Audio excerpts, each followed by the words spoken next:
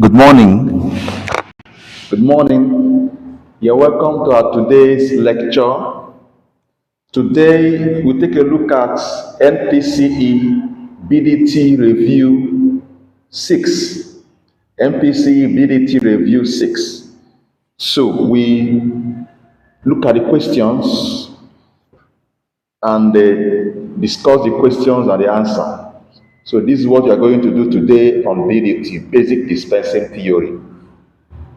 All right, please share our lectures, invite your friends to join, and God will bless you as you do so. All right. All right, question number 1 says dextrose is available as A. Tablitos, B. Cellulose, C. All of the above, D. None of the above. All right, the correct answer is B. Cellulose. Actually, cellulose is a trade name, is a brand name for dextrose monohydrate. All right, the other one, tabletose, is lactose, is not dextrose.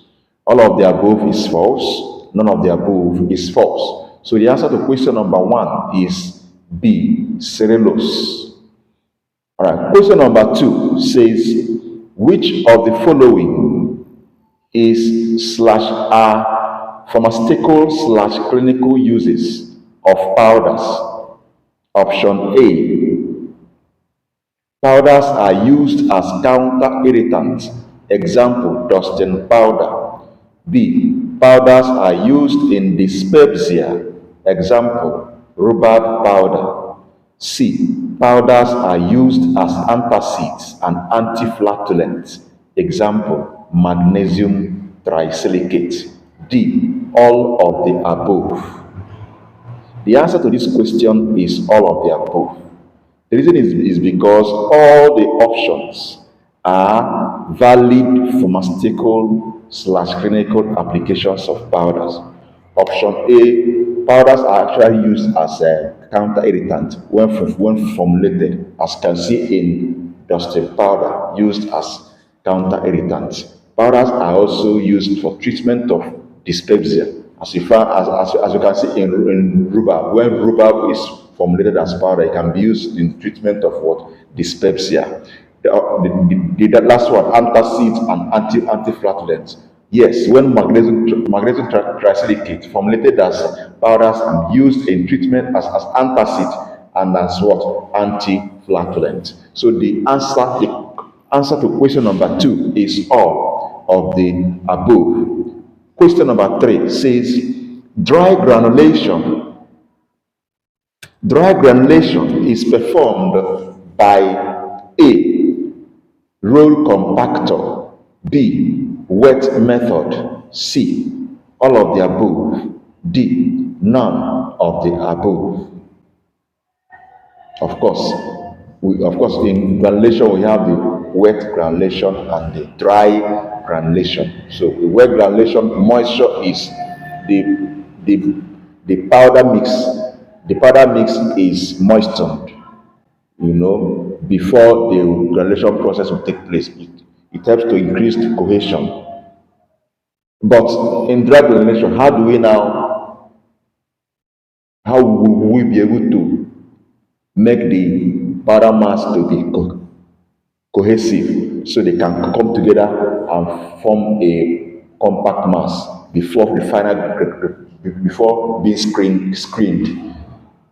The only way that can be achieved is by applying force per unit area, that is pressure, and that is what is obtainable in roll compactor.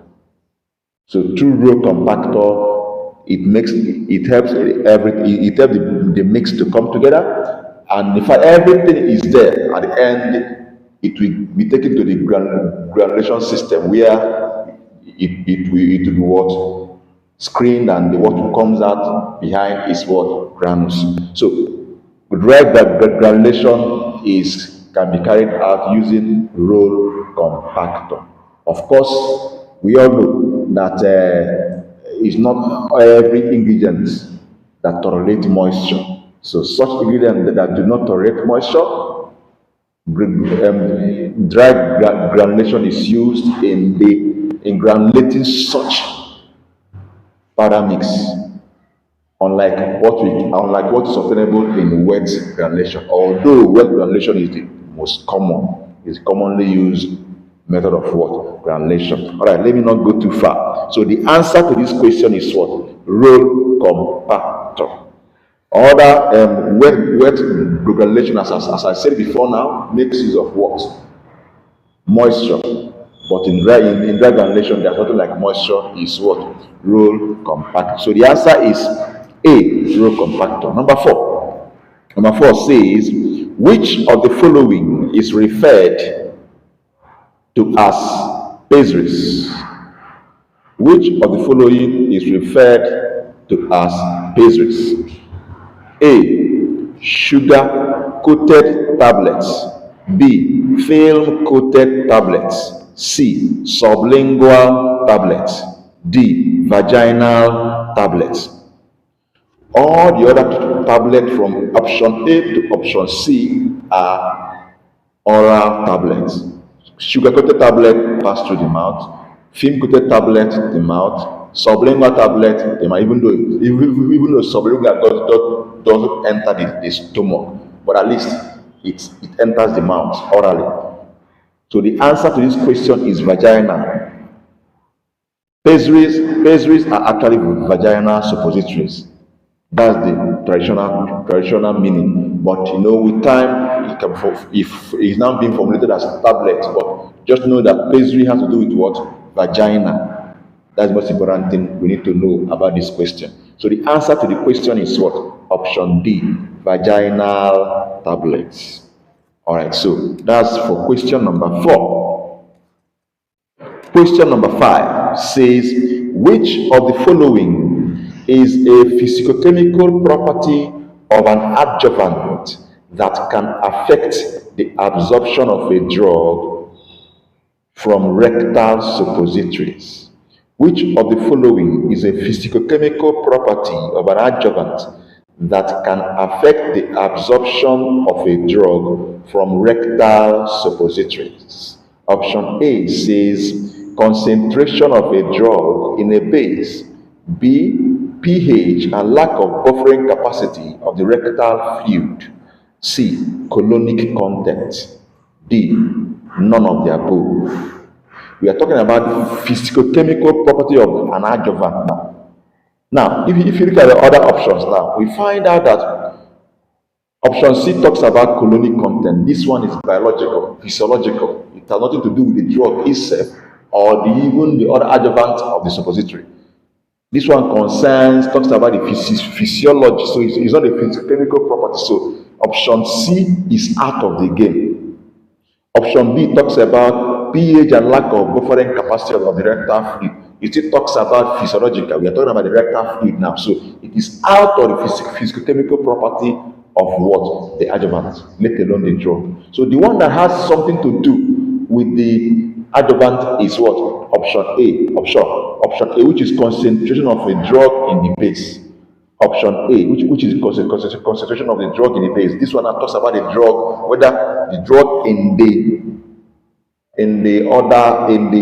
excipients, because adjuvant is the what? Excipient. So the closest answer is this option A, but even though it's not directly, because this one has to do this one has a lot to do with the partitioning coefficient. Partitioning coefficient of the base. So this partitioning coefficient has a role to play in the what? Absorption. So the answer to this question is option number A, which is concentration of drug in the base. Concentration of the drug in the base. So number 5 is what? A. It's not D, not that. It's not none of the above. The answer is what? The answer is what? A.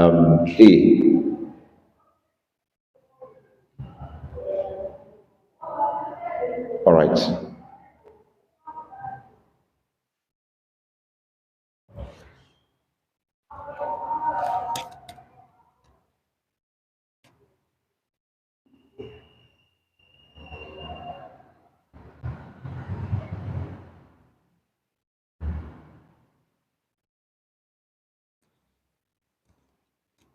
Question number 6 says, which of the following is a semi-solid dosage form? A. Paste. B. Creams. C. Ointment. D. Suspension. Option A. Okay, let me read the question again. The question says, which of the following is not, please, not a semi-solid dosage form? Option A says paste. B says creams. C says ointment. D says suspension. From paste to creams to ointment, they are semi-solid. But suspension is not a semi-solid dosage form. Suspension is a liquid dosage form. So the answer to question 6 is D, suspension. All right. Question number 7 says, generally, pastes contain A. High percentage of insoluble solids. B. Low percentage of insoluble solids.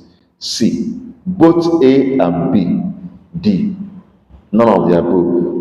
The answer to question number 7 is A. High percentage of solid, insoluble solids. That's the answer to question number A. In fact, for the definition of paste actually contains up to 20 to 50%, above 20 to 50% of what? Solid, insoluble solid. So other ones are not the answer. The answer is what? Option A, high percentage of insoluble solids. All right. Question number 8. Question number 8 says, in trituration for creams,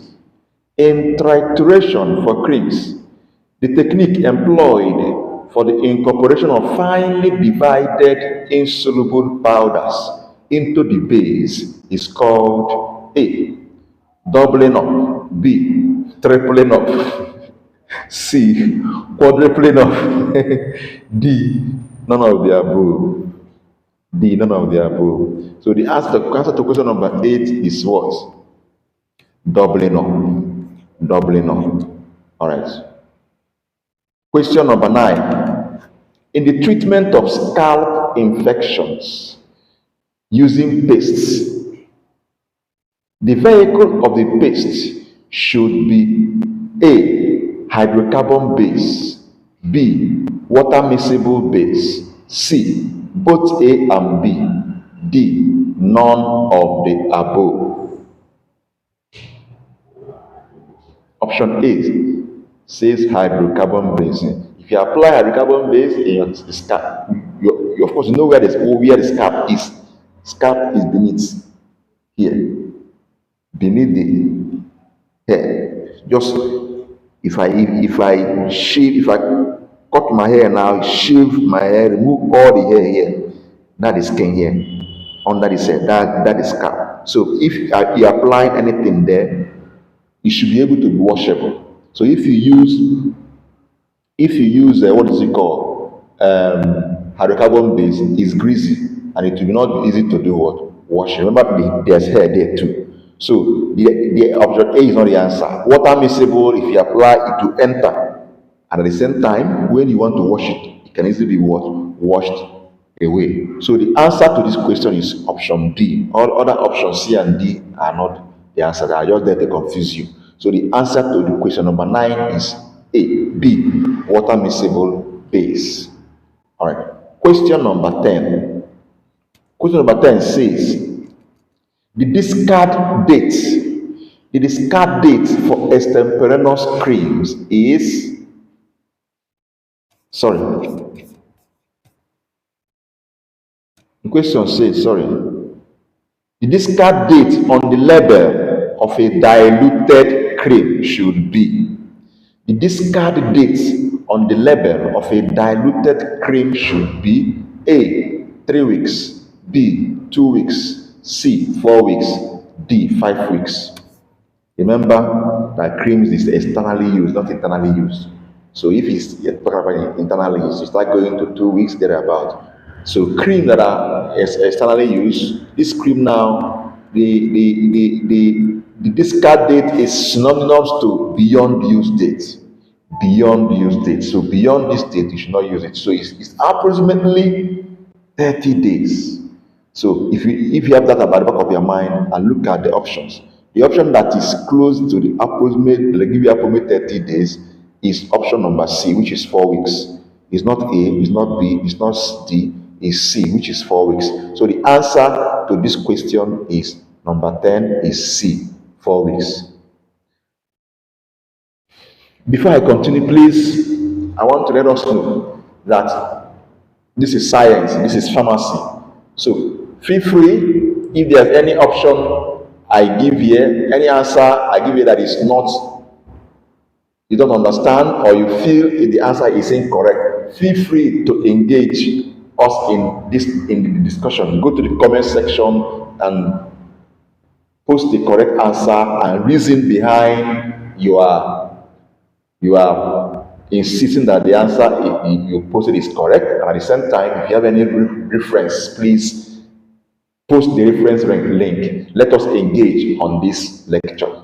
Feel free to do that. Feel free. No one knows it all. So if you think that the answers I'm giving are that if you notice any incorrect answer, feel free to engage me. Let's discuss it on the comment section. God bless you. Please remember, share with your friends, invite them, invite your friends, and let's see what we can do together. God bless you. All right, let's continue. Question number 11. 11 says, the easiest method for paste preparation is A.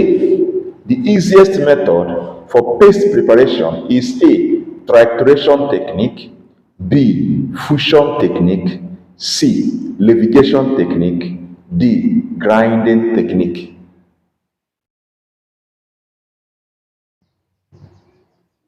The correct answer to question number 11 is levitation. So levitation is certain as saying wet grinding. Wet grinding. So that's because that is the basic technique applied in the paste preparation, because it helps the work, it disperses the solid easily.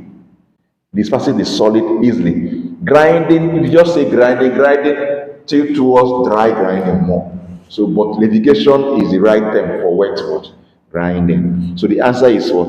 Levitation is not fusion. Application of heat is unnecessary. Trituration, grinding, those ones are dry and they are less efficient. So the answer is what? Levitation is more efficient and easiest method. So number 11 is what? Is levitation. Number 12. Number 12 says in carboma gel preparation. In carboma gel preparation, the agent added to thicken the gel is referred to as. In carboma gel preparation, the agent added to thicken the gel is referred to as A. Thickener, B. Neutralizer, C. Lubricant, D. Humectant. The answer to question number 12 is neutralizer. This is because neutralizer causes the carboma to do what? Swell. So it leads to swelling and the what? Gelling. While the thickener is actually the carboma itself. While option C and D, lubricant, humectant, those ones, their roles have nothing to do with what? The gelling and swelling of the what? The carboma. So the answer is what? The answer is what? Option B, neutralizer. Number 13. Number 13 says, levitation can also be referred to as A. Mixing, B. 1/4 mixing, C. Trituration, D. Wet grinding. I have already answered this question when I was discussing question number 11. So the answer is what? Wet grinding. Wet grinding. So levitation is accepted that is equivalent to Yeah, in fact, another name is what? Wet grinding. Take it like that. All right. So, mixing, whether it's 1/4 or whether it's those ones, it's just general name. It do not, it don't specify what actually happened. So the answer is not mixing. The answer is not even tritulation, because tritulation goes still towards dry grinding. So the answer to question number 13 is wet grinding. Number 14 says dash is prepared from 70% wool fat and 30% water. Dash is prepared from 70% wool fat and 30% water. A. Lanolin ointment base.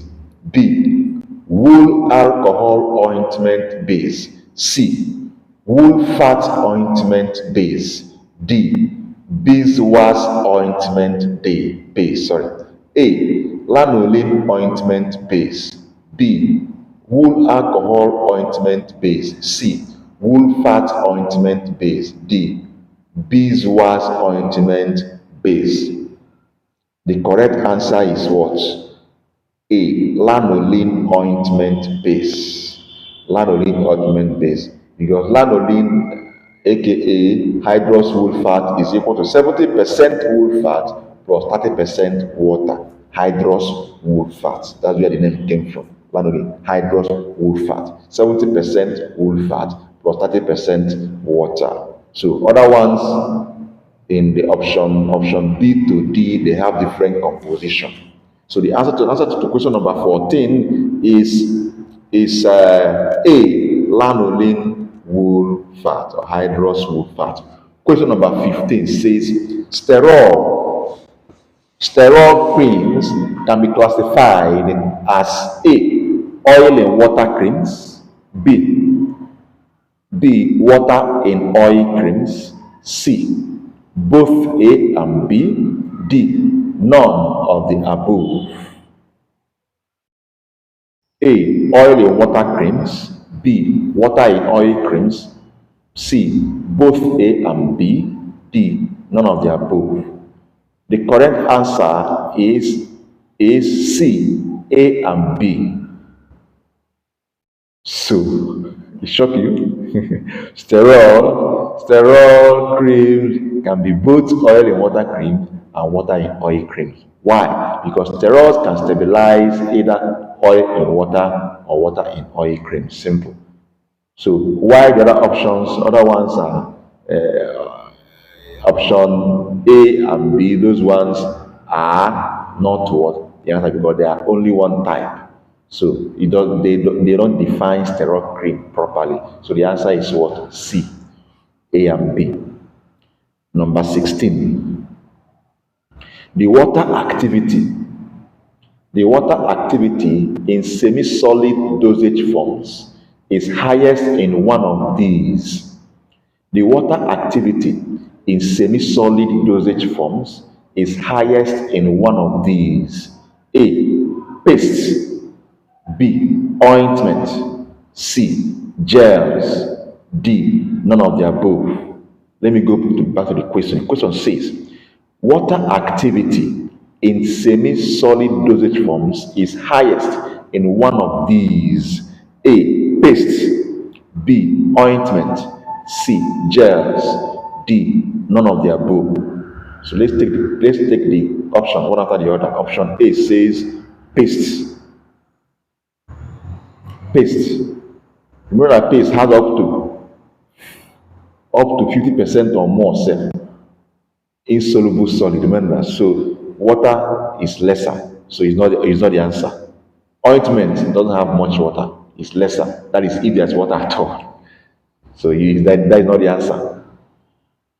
So B and C, A and B are not the answer. Option C says gels. Yes, gel contains highest amount of what? Water. Yes. So the answer is what? C, gel. The answer is not none of the above. So option D is false. So the answer is what? C, gels. Number 16 is C. All right. Question number 17. A suppository is generally intended for use in the A. Rectum, B. Vagina, C. Urethra, D. Aorta. A suppository is generally intended for use in the A. Rectum, B. Vagina, C. Urethra, D. Aorta. Generally, if you're not careful, you can pick only rectum because we are familiar with only rectal suppository. In fact, traditionally, we have rectal suppository, vaginal suppository, urethral suppository. We also have the one for nose too. Nasal one, nasal bougies. We have the ear codes. These things are suppository. But recently, whenever the term suppository is mentioned, we limit ourselves to only rectal suppository. That's why you may mistakenly go and choose rectal alone. Please let us understand this thing, okay? Vaginal suppository, we call places today, is actually a suppository. But whenever suppository, we mention the term suppository, our mind will go only to the rectal suppository. So if you look at the question, you find that we have option A has rectum. So their rectum is correct. Rectal suppository. Option B says vagina. Vagina is correct. B is correct. Vaginal suppository, which is spelled right. Option D says urethra. Urethra is correct. Urethral suppository. Option D says all of the above. So the answer to this question is all of the above. So the answer to this question is what? All of the above. All right. Question number 17 is all of the above. Question number 18. 18 says co-solvent used in the preparation of parenteral products is co-solvent used in the preparation of parenteral products is A. Benzyl alcohol, B. Ethyl alcohol, C. Dimethyl acetamide, D. Phenol. The answer to this question is ethyl alcohol. Ethyl alcohol. The reason because ethanol is a common co-solvent. But other ones, benzyl alcohol or phenol, that one is preservative. Dimethyl acetamide, that one is not used regularly because of the fact because of the toxicity, that one is not even used. So the answer to this question is what? Ethyl alcohol.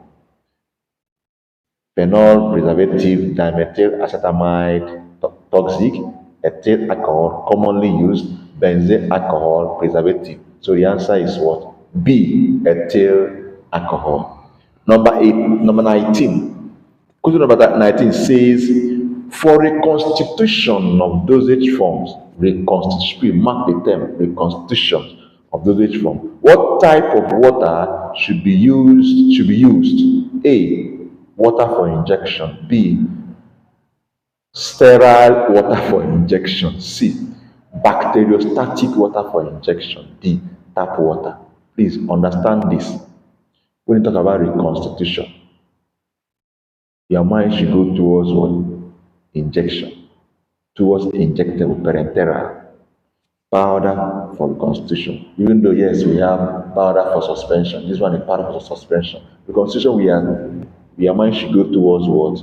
Parenteral preparation. So, as you reconstitute your injection, what do you use? Is it ordinary water for injection or sterile water for injection? Please, the answer is sterile. It should be sterile. It's not just ordinary water for injection. It's sterile water for injection. SWFI. We have different waters. We have tap waters. We have bacteriostatic water for injection. All those ones are there, but what you need is what? Did I say bacteriostatic water for injection? Anyway, focus on the the answer is what? Sterile water for what?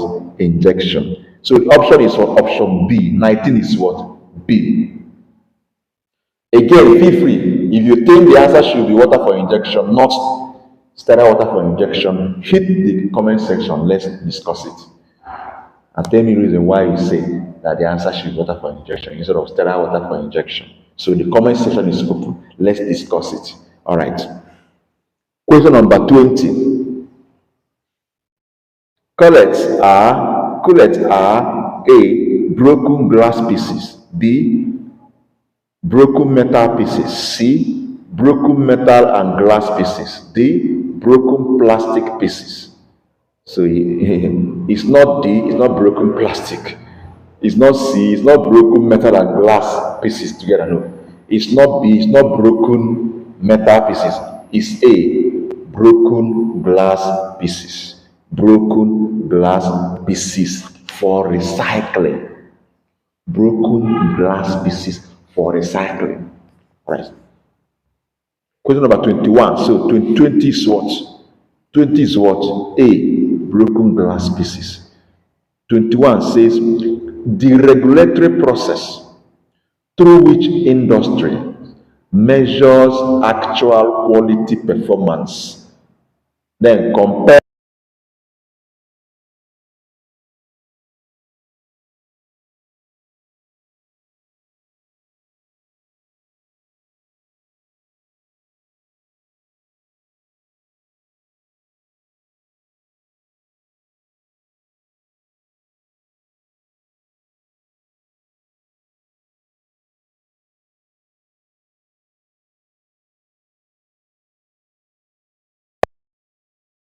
for the break in transmission. My mic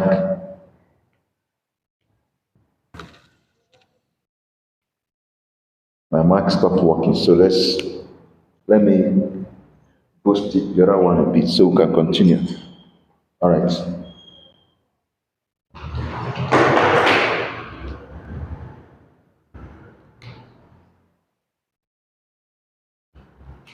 Okay. So question number 21 says 20 is A, broken glass pieces. 21 says the regulatory process through which industry measures actual quality performance, compares it with the standards, and acts on the difference. Three things. Regulatory process through which industry measures actual quality performance, compares it with the standards, and acts on the difference is called A. Quality assurance. B. Quality control. C. Both A and B. D. None of the above. The answer is quality control. So in quality control, you measure and correct deviation, act on it. Not just about measuring alone, but going to the extent of doing what? Doing what? Acting on the difference, that is correcting the deviation. So it's all are enshrined what? Quality what? Control. So the answer is what? The answer is what? The answer is what? B is not A, it's not C, it's not D. All right. Number 22.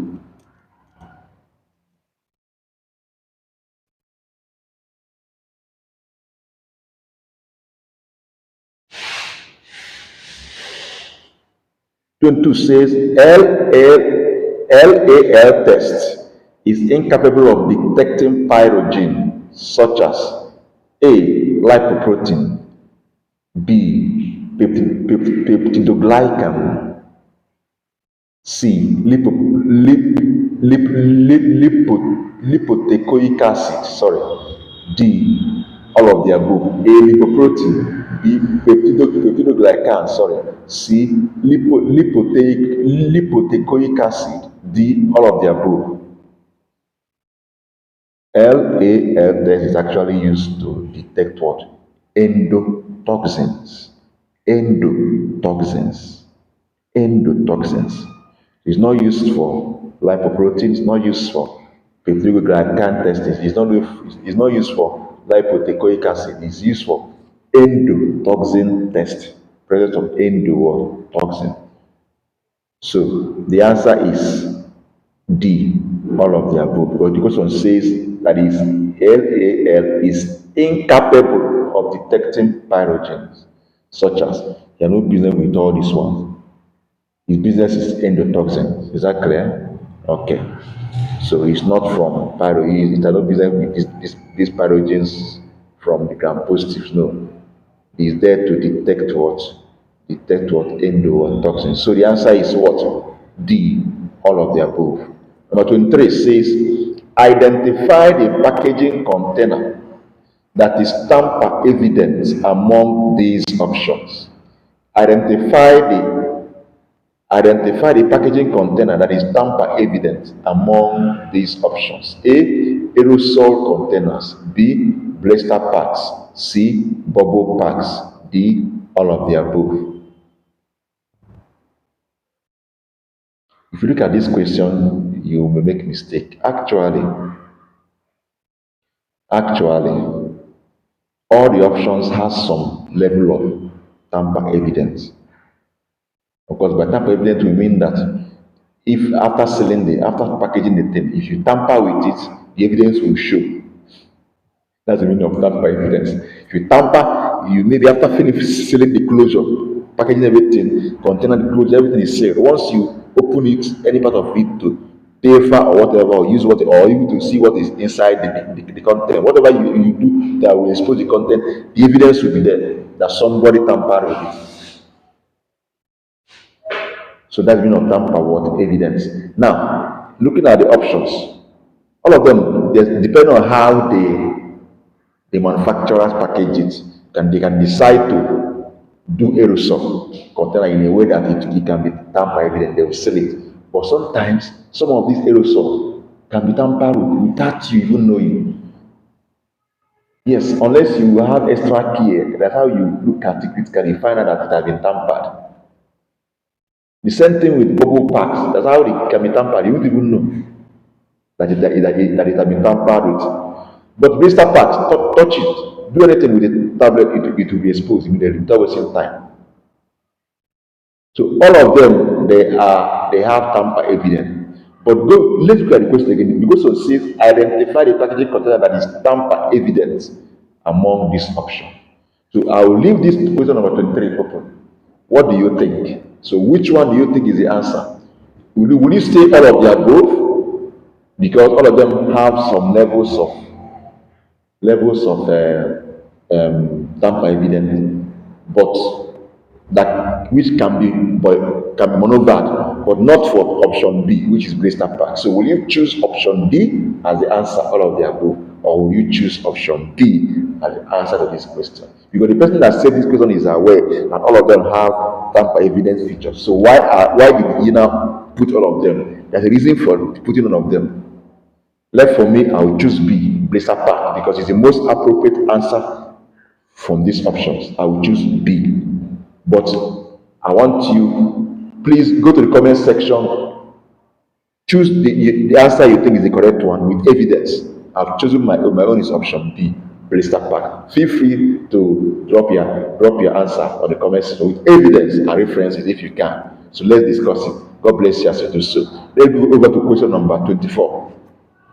24 says the unit that deals with receipt, identification, storage, handling, sampling, testing, and approval or rejection of all drug components, products, containers, and closures under CGMP is called, wow, this question is loaded.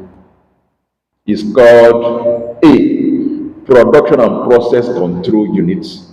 B. Packaging and labeling control units. C. Organization and personnel units. D. Control of components, containers, and closure units. What's the answer? Even from the option, say you can get the answer. The option is clear from the option. So the answer is option D. Control of components, containers, and closure units.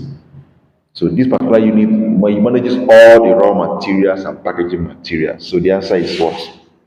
The answer is what? D. So the last question on BDT review 6, question 25 says The external factor that affects a pharmaceutical product can be controlled by the following, except A. Suitable packaging material, B. Appropriate storage conditions, C. Selection of optimum storage conditions, D. None of the above. Let's go back to the question. The question says, the external factors that affect a pharmaceutical product can be controlled by the following, except A. Suitable packaging material, B. Appropriate storage condition, C.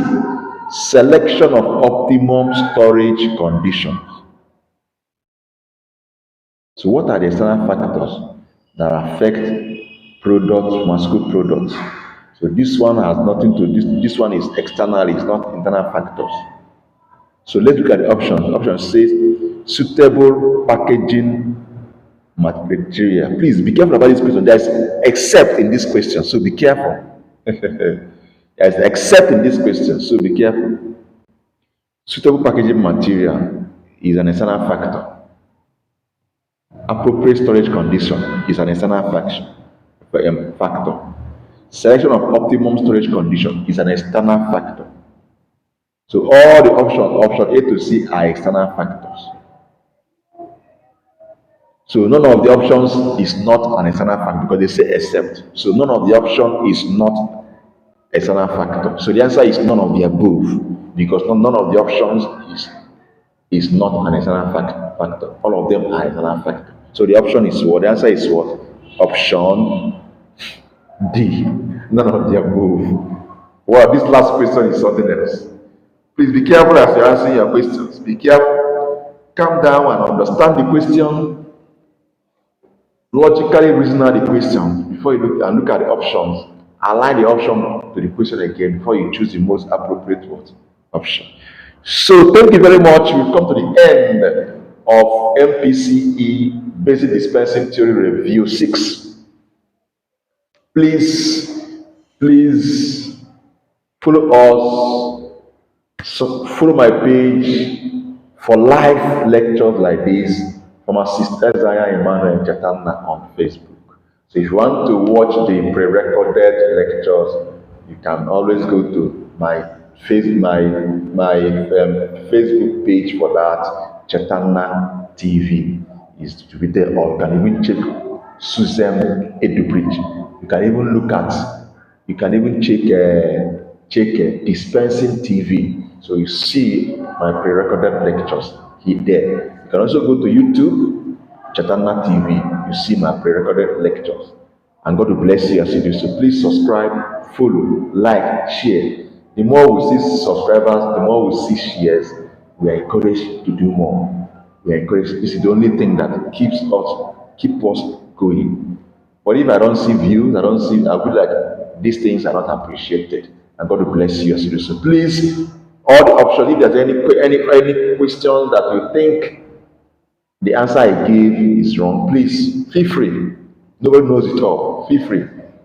I am also learning. Feel free to drop the correct answer and the reason behind the answer, if possible. You are reference material that will support the answer so that all of us will learn. God bless you. See you in our next lecture. Bye-bye.